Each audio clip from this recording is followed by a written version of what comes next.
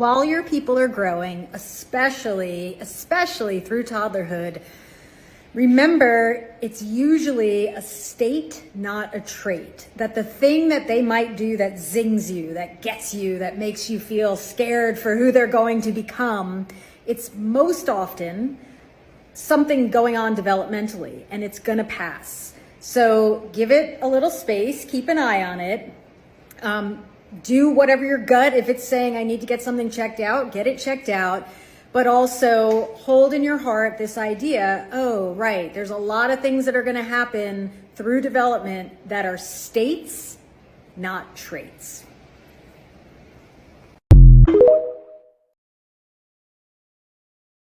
Get comfortable with the meltdown. Expect it, plan for it, regulate your emotions in preparation for it. So many questions I get are, okay, I do this, this, and this, but then she melts down. Yep, that's part of it. And I'm not saying that it's easy. It's not.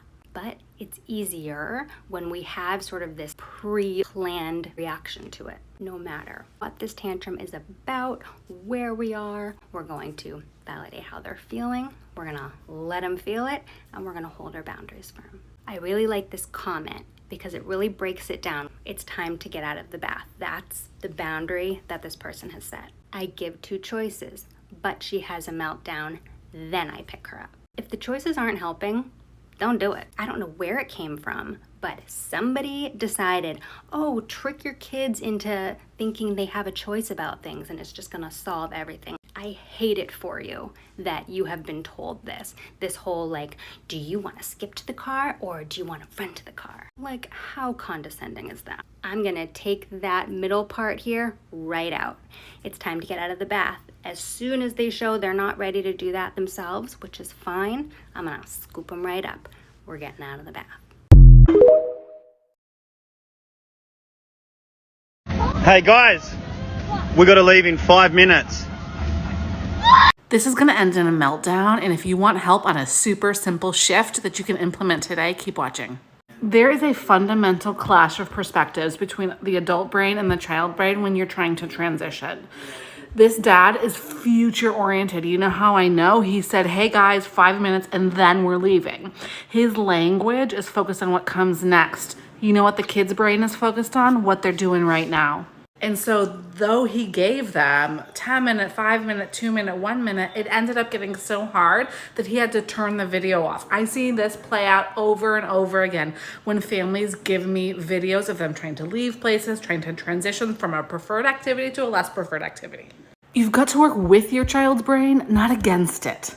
Okay? So focus on what they're focusing on. I want you to say, instead of 5 more minutes till we leave, 5 more minutes to play. Then I want you to join your child. I want you up in that bouncy house, especially for the last minute, okay? This dad is halfway there. He let him know 10 minutes, 5 minutes. He gave himself time and space. He prepared that there might be some resistance, but he didn't shift his perspective to match theirs. This is a tiny shift to make. This dad wants to make it easy. He was trying to give the cognitive support to his kids so that they know it's coming, so they're going to be able to cooperate. But until you deliver the information in a way that matches their experience of the world, it's going to keep being tricky. He's got to slow way down. He's got to shift to their perspective. And now he's got one kid who's a negotiator, okay? That's the kid he's got to focus on. Now, dad has set himself up to have some extra time in case the boys don't want to leave, which is excellent. Great, set yourself up that way. Because I know that one of these kids is a negotiator, I'm going to be probably pretty firm with the time that we're leaving. I might say, hey, you know what? It's an extra minute day, or it's an 11-minute day instead of a 10-minute day. But most of the time, I'm going to be pretty firm, and I'm going to hold that firmness by getting close. I don't know what this dad was doing in between the video clips, but I bet he would have been more successful if he got a whole lot closer. I'm talking arm's distance. He was like a couple body lengths away when he gave the initial direction. You got to get closer. The next thing I want you to do is use melodic intonation. So the one that I use is 5, 4, 3, 2, 1. I always say it that way. My kids are 6, 8, and 8. Okay, you can also say, you could also start singing directions. So it's like, now it's time to get to car, get to car, get to car, right? Depending on the age of your kids, you just adjust to them. You also adjust their profile, right? So they're like pop songs, use a pop song theme song. But the main thing here, in my opinion, is position and making sure you match your child's perspective. 2 more minutes to play. If you will parent your kids when they are young, you will get to be their friends when they are old. Tips for raising your kids. Part 2. 5 to 12 training years. This is where that you teach them the why behind the what. You want them to know the reason we do certain things and the reason we don't do certain things. It's not just because you said so. 12 to 18 coaching years. In this season, they're learning the relationship between actions and results. They're making decisions on their own, and you're there to guide them, encourage them, and help them along the way. 18 and beyond, this is the friendship years. Can I tell you that you'll always be your kids' parents, but you also get to be their friends. Most people try to move the friendship years to when they're 12 to 18. And you get that thing out of order. You're not called to be their best friend. You're called to be their parent. Remember this, the days are long, but the years are short. And one day you're going to wake up and your kid is going to be graduating high school. You're going to go, man, where did the time go? Whatever season you find yourself in today, remember to enjoy the journey. If it's taking you a really long time to put your baby or your toddler or your child to sleep at night, here's a no-cry solution that's backed by science and says that it works just as effectively as all the other traditional sleep training methods.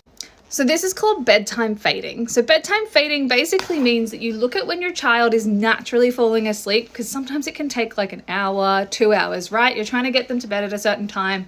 You think that's the time they should go to bed, but really their natural inclination is much later, and that's why it's taking you so long to put them to sleep. So if you are trying to put them down at 6:30, but they're actually not falling asleep until 8:30, what you do is you actually just wait to put them to bed until much closer to that time. So when you know that you've got the right bedtime, it's only going to take them about 15 minutes maximum to fall asleep. Once you've mastered that, you're going to keep that there for a couple of weeks. And then what you're going to do is you're going to move that bedtime 15 minutes earlier. Now the time in between the old bedtime, so 6:30, and the new bedtime, 8:30, is going to be filled with quiet play. It's going to be not anything crazy or interesting. It's just going to be like, it's not TV time. You're trying to just fill that space with quiet, chill stuff if you can. I know that's hard to do. I recognize that my kid does this too. So you're going to keep bringing forward every 2 weeks. You're going to bring that bedtime forward about 15 minutes until you get to the desired bedtime that you like. It may or may not work. You might not be able to get that child to the bedtime that you want, but what you will be able to do is solve the problem of losing your freaking mind trying to put a child to sleep in the dark for 2 hours while they're fighting you and you're fighting them and everyone's angry. Try bedtime fading. It's just as effective as Cry It Out and Ferber. However, it sometimes takes a little bit longer, but the research says it's very effective and parents generally like it more because it's less distressing. I'll tell you how many times I have been asked, how do I stop a tantrum? And I'm sorry to tell you that my answer is never, well, to stop a tantrum, you need to A, B, C, or D. Instead, I beg people to learn about the stages of a tantrum. Now, I always use the example of a biscuit right before dinner. Don't ask me why. But let's say that your child is quite happily playing. It's not too long until dinner time and they ask for a biscuit. If you say no to that biscuit and they experience an emotional reaction, that is what we call the trigger. Of course, that trigger can be anything at all that causes an emotional reaction. If the emotional reaction remains, say for example they don't get the biscuit, they will then up it a notch and enter the bargaining phase. It's when you might see behaviours such as, but please, it's not fair. They might start throwing things or, a little bit of crying. Their behaviour essentially is starting to escalate. If the emotional reaction remains the same and they haven't been given the biscuit, they will reach the escalation phase. Now, this is the most stressful part of a tantrum. That's when there's going to be screaming and lots of challenging behaviours. Most likely when your stress response is triggered also, so you start to feel the same kind of wave of emotion. This is where I direct people to when they say, how do I stop a tantrum? In this moment, if it is a typical tantrum, let's say, for example, they were to be given a biscuit, you would see that tantruming behaviour cease. And that's because that emotional reaction has been quelled via the thing that they were tantruming over. If they stay in this escalation phase with a supported environment and a calm environment, they will at some point start to accept that boundary that's been put in place, at the trigger point. And with enough time, they will go on to detach and go back to that calm, somewhat calm behaviour. If, while they're in this escalation phase, that emotional trigger is removed, so it might be that they were given the biscuit, it might be that they're given an iPad or given something to essentially bring them out of it, you probably start to see your child develop that kind of quick fire reaction, a short temper, or I've even heard, parents say, oh my gosh, they just go from 0 to 60. There's just no calming them down. And that's because over time they've felt this trigger, and in that escalation phase, rah, that trigger has been removed. So this phase here becomes their go-to coping strategy. That's why I urge parents to try and make it through all 5 stages of a tantrum, because not only will their child develop more tolerance, but you will over time see less tantrums because they build that resilience to the trigger.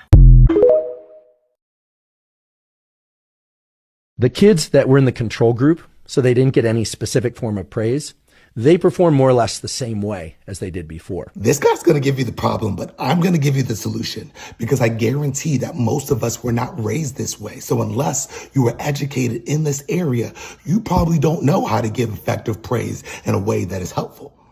So if they were getting 75% of the answers right the first time, they got 75% of the answers right the second time, 25% wrong in both cases.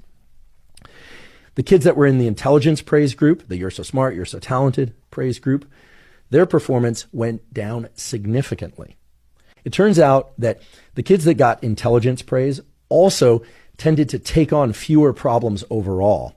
Whereas the kids that got the effort praise, that you worked so hard, you're so determined, that was so impressive how you just kept going, even when you got some answers wrong.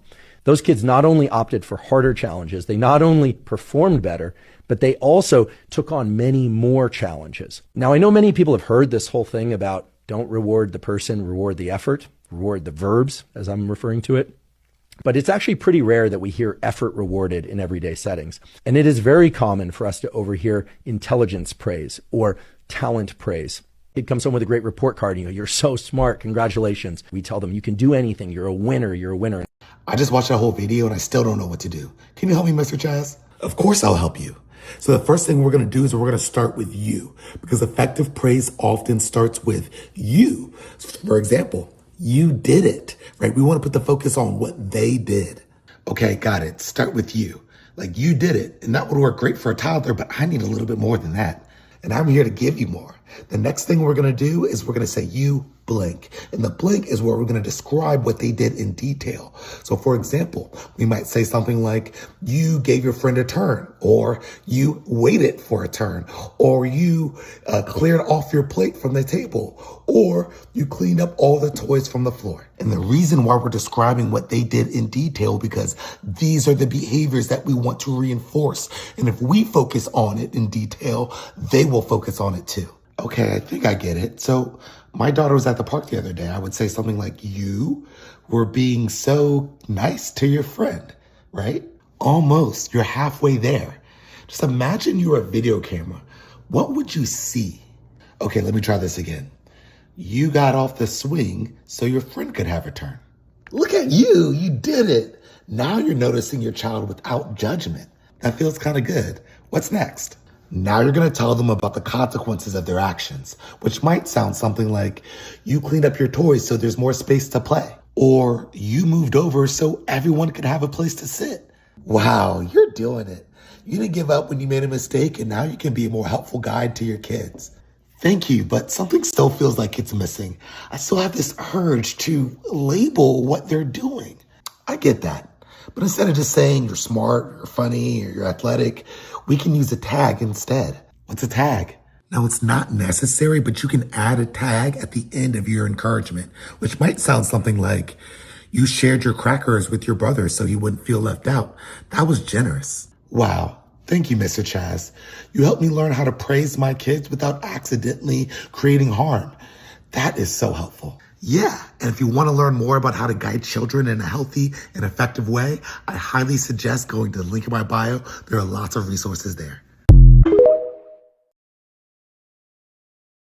Okay, so I thought every parent knew this trick on how to deal with like preschool bullying, but turns out that a bunch of my friends didn't. So I thought I'll share it here. So around ages 3 and 4, that's when kids start getting to that taunting phase where they go like, you're not my friend anymore. I win, you lose, that taunting phase. And for a lot of kids, it's the first time their feelings have been intentionally hurt by somebody. So they take it really, really hard. And this is how I taught my daughter how to handle it. I just told her to just agree. Just say, okay, nothing else. Just okay.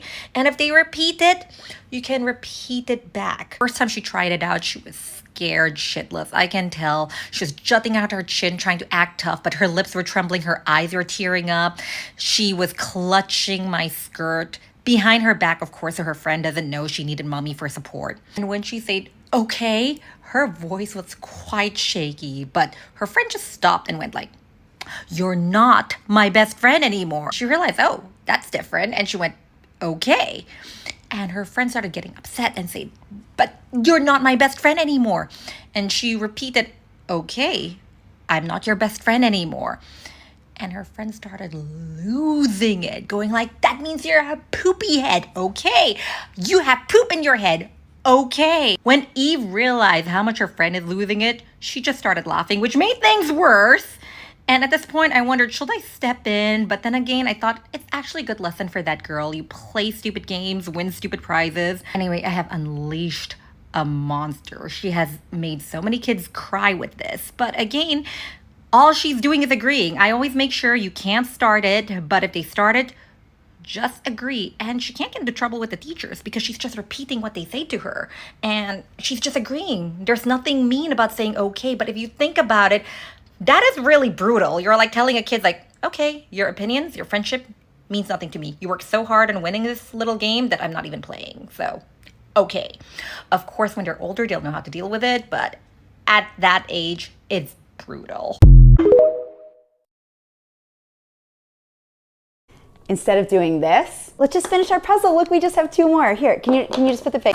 No, honey, we're not doing eggs right now. Let's just focus. Here, put the piggy in. Good job, you did. Okay, we just have 1 more. Let's just do 1 more. We just have 1 more, and then you'll finish. Honey, we'll do the blocks later. We have to finish 1 thing before we start the next. Let's just do ducky. Quack quack. Do this.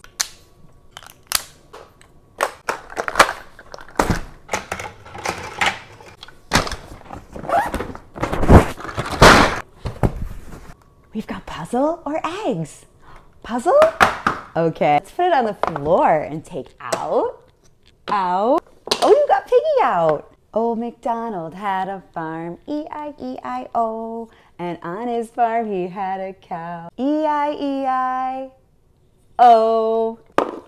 Oops. Did it. You got sheep in. Bah. Back to school for elementary school children, but from the perspective of someone that wants to hurt your kid. It was back to school in my area not long ago. These are all over Facebook. Usually they're taken on the front porch, and maybe several yard shots. I can gain all kinds of information on that chalkboard, but can I also geolocate you? Because I roughly know the area, and I know what the front of your house looks like. Can a computer program do that for me? What if I just see you out and I gather more information? Between this and using social media, I can gain all kinds of information about your family. I wait for you to leave from soccer practice, and then I tell little Austin his mom's been in a car accident. I tell him where he lives, what she drives, maybe even what the family dog's name is, and that she's told me to come pick him up. He wasn't too hard to find because his name was on his backpack. So that's a silly scenario, but nothing about that's impossible. If your small kids ride the bus, have a safety talk with them. Have them take 3 giant steps away from the street at the bus stop. Most accidents happen close to the street. If they walk to and from the bus stop, no cutting through houses. It's always good to have a family password because that scenario could happen when they're walking home from school. In the video I had earlier where the kids weren't getting off the bus until 10 o'clock at night and nobody would tell the parents where their kids were, a locator in their backpack, AirTags for Apple family, and Tiles for Samsung. I have both of these plus carriers for them in my Amazon store. I get asked all the time what's the appropriate age for kids to have a phone. I think that all depends on their maturity. Because of schools these days, some parents want to be able to talk to their kids 24/7. I'm kind of one of those parents. My son's had a phone since he was 7. If I had to do it all over again, I would get a Bark phone. It comes completely locked down and text messages can't be deleted.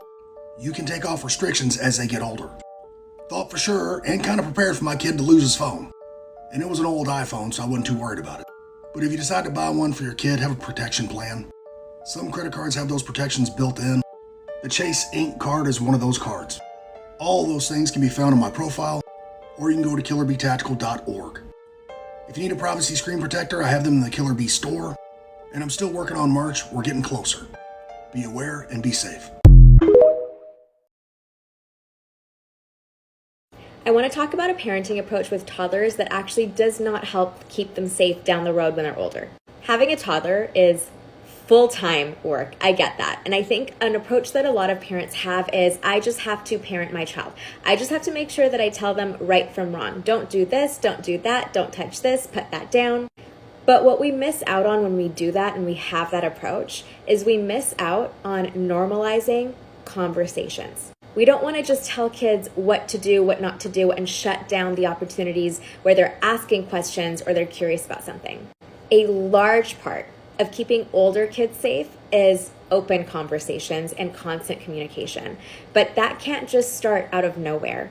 Our kids have to know from a very young age and be experiencing that's a normal part of family life. You're getting a lot of bad advice about what and how to feed your baby. Did you know that how you introduce foods to your baby now will affect their food relationships even into adulthood? I'm Dr. Williams. I'm a board-certified pediatrician and father of 5 of my own. And it's amazing to me that how you introduce foods to your baby now will affect things like diabetes and obesity for years to come. And I'll admit, there is a lot of conflicting information out there about pureed foods versus baby-led weaning, how to do it, what's right, what's wrong. It's easy to get lost in the weeds about how to feed your baby the right way. I love to let kids explore food in a playful way. I like to keep it simple and do what comes naturally for your child.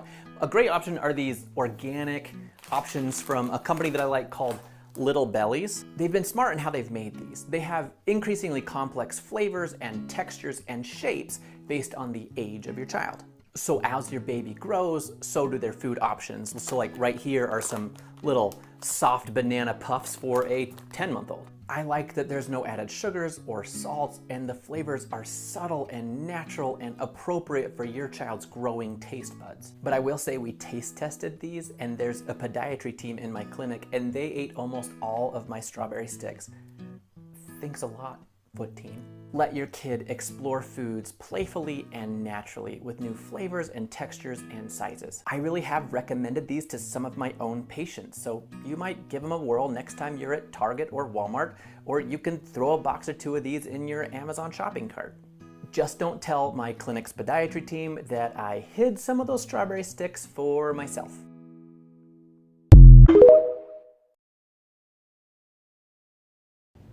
Okay, does this sound familiar? Your child wakes up in the morning, they're not in the best mood, they tell you that they want pancakes for breakfast, you make them pancakes, you do it lovingly, you make it into a Mickey Mouse shape or whatever kind of shape they want, a dinosaur pancake. You work so extra hard to make sure they get the pancakes that they want. You walk over, you hand them their plate of pancakes, they shove the plate back, they scream no, and they say they want waffles instead. What do you do? I'm Albiona Rakipi. I'm a parenting coach. I help parents reframe their daily challenges so that you can hopefully parent with a little more connection, joy, and ease. So let's get back to that kiddo who's pushing that breakfast plate away and wants nothing to do with it and now insists on waffles. I'm going to show you the roadmap of what I would do if I were coaching a family in this situation. Again, I'm going to give general information here, but if you ever wanted a more personalized approach, it's always best to just book a free call with me to see if coaching is the right option for you. So here's what we would do. The child screams no, pushes it away, wants waffles. The very first thing I want you to do, the very, very, very first thing I want you to do is just pause. Just pause. Even if you take one deep breath, it will change the trajectory of that event significantly. If you're reactive right away, your child's going to feel it, and guess what happens? Everybody escalates. So remember, pausing is the very first step in my 4-step process. PAR, pause, acknowledge, respond, reflect. Pausing is the first step. Acknowledging that you're feeling triggered, agitated, annoyed, bothered is the second. We just name it. Then we move into our response. And then later on, if it's a persistent problem, we want to reflect and try to better understand what is that trigger, what's coming up for me, and how can I unpack that a little bit so that I can have a more thoughtful response to my child instead of being reactive. Okay, so first thing, we pause. The next thing we do is don't make it personal. We're so quick in these moments to go, I just spent 20 minutes making you those pancakes. You're going to eat pancakes for breakfast. We're making it personal there. It's not personal. Number 3, don't give several choices. A lot of times we try to go in it with like, oh, but do you want this instead? Or do you want syrup? Or do you want butter? Or do you want me to cut up strawberries or blueberries? Like we go into a million other choices when they start to exhibit some defiant behavior, and we don't want to do that either. And I'm going to get to why. And then I think I'm on 4. The other thing we want to think about not doing is don't give a big lengthy explanation. You asked mommy to make you pancakes. That makes me sad. Now you don't want the pancakes. That means we're wasting. When we're wasting, that's not good, right? We go into this big explanation that's not necessary. When your child is exhibiting that kind of behavior where everything is no or combative or they're pushing things away, what they're really communicating, they'll never say it, but what they're really communicating is that they need boundaries. They need you to take the parental lead and keep a safe space for them because they know their emotions can't be regulated by them alone and they don't know what to do with all their power. So in that moment, just clearly and concisely state the boundary. I know it's hard sometimes when we can't decide what we want, but pancakes are what's for breakfast. And then move on.